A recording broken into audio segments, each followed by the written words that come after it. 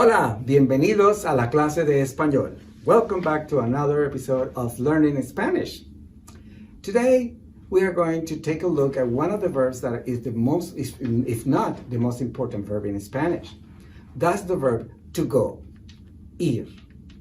We have to break down into the uses of the verb ir because there are three major uses of this verb that we need to be very aware because it's going to help us not only to express the action of going, but also a future action. First, the verb ir is irregular. Please repeat after me as we conjugate this verb in the present tense. Voy, vas, va, vamos, vais, van. Excellent. Remember that the letter V in Spanish can be pronounced as a B or as a V, but it's better to make emphasis on the sound V. So you say, yo voy. The verb ir obviously refers to an action of going to a place. So the verb ir always is followed by the preposition a, which means to in English. Take a look. If the place you are going to go is masculine, for example, in this case, we have, for example, airport, aeropuerto, you will need to pay attention to el because it will have a new form after a. That will be al. We don't do that for feminine places. A la would be the case. Take a look at these examples. Voy al parque. Voy a la biblioteca. It's very important that you notice where you're going because that's going to dictate if we need to make this contraction al or no contraction at all, a la. That's the first use of the verb ir. Second verb of the verb ir is for future actions. Usually refers to actions that you are certain you are going to complete in a near future. You can talk about today, tomorrow, next week, next year. But when you use the verb ir, you know that you're talking about something really certain is going to happen. All right? So how do we construct this? We use the verb ir plus a second verb, which will be the action verb. Remember, that verb has to be in infinitive, meaning no conjugation. Here we don't have to worry about the prepositions. So please take a look at these examples. Voy a estudiar. ¿Vas a trabajar? We can use it for questions or we can use it for statements. You can also add any time that you want to refer to. Finally, immediate actions.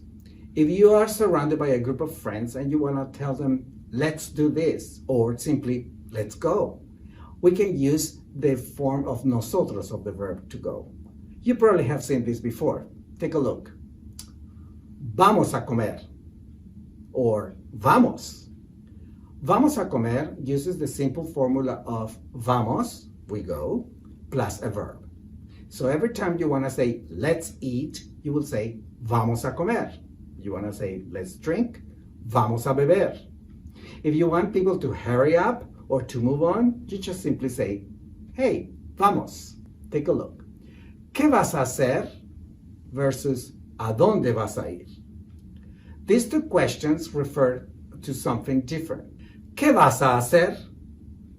If you take a look at this picture, the person is going to write something, right? All right, so you will say that this requires a verb of action, to write, right? Hacer cannot be used in the response because if you use the verb hacer in the response, it changes the meaning to make.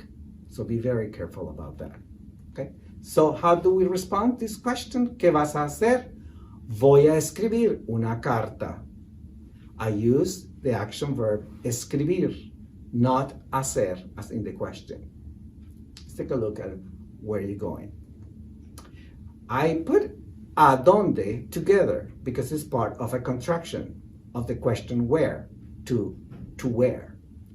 ¿A dónde vas a ir? So I pay attention to the place I'm going. Airport is masculine, so I say, voy al aeropuerto. It requires a place and it requires a contraction before a masculine. Very easy, right? Take a look at the word for la playa.